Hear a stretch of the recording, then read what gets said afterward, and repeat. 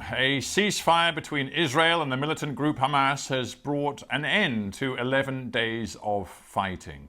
The violence has claimed the lives of more than 230 Palestinians and 12 Israelis. The deal announced late on Thursday was brokered by Egypt and agreed to by the Israeli Security Cabinet and the Palestinian militant groups. It has been described as mutual and unconditional. So far, it seems to be holding on both sides. Cairo will send security delegations to Israel and the Palestinian territories to help uphold this ceasefire.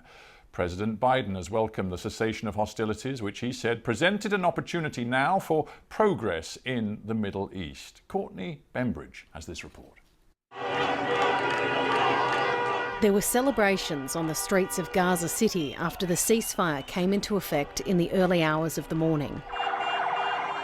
It brings to an end 11 days of bombardment, in which more than 240 people have died, mostly in Gaza. Hamas is the militant group that rules there, and this was its reaction to the truce. I say that today this battle stops, but Netanyahu and the whole world should know that our hands are on the trigger, and we will continue to ramp up the capabilities of this resistance. And we will tell Netanyahu and his army, if you come back, we will come back. The office of the Israeli Prime Minister Benjamin Netanyahu said the ceasefire was mutual and unconditional, but some Israelis in Tel Aviv were doubtful about how long it will last. The ceasefire is good for humanitarian reasons, to let civilians relax a little bit on both sides.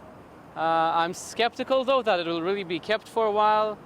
I don't think Israel has achieved much. I mean, there are no agreements about the future, nothing. This ceasefire won't last 8 hours. They will start shooting gas rockets again.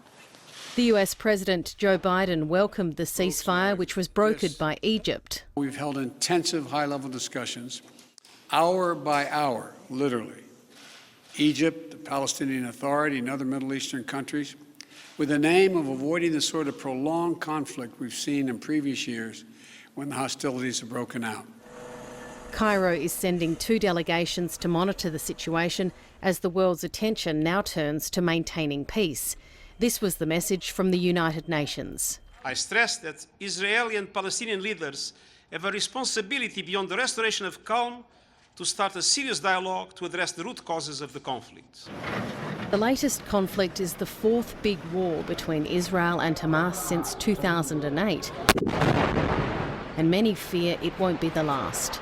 The reality at this point is the gaps between the Israelis and the Palestinians on this conflict and how to resolve it are extremely wide, both substantively, psychologically, and I would say politically. For now, though, both sides are claiming a victory. Courtney Bembridge, BBC News.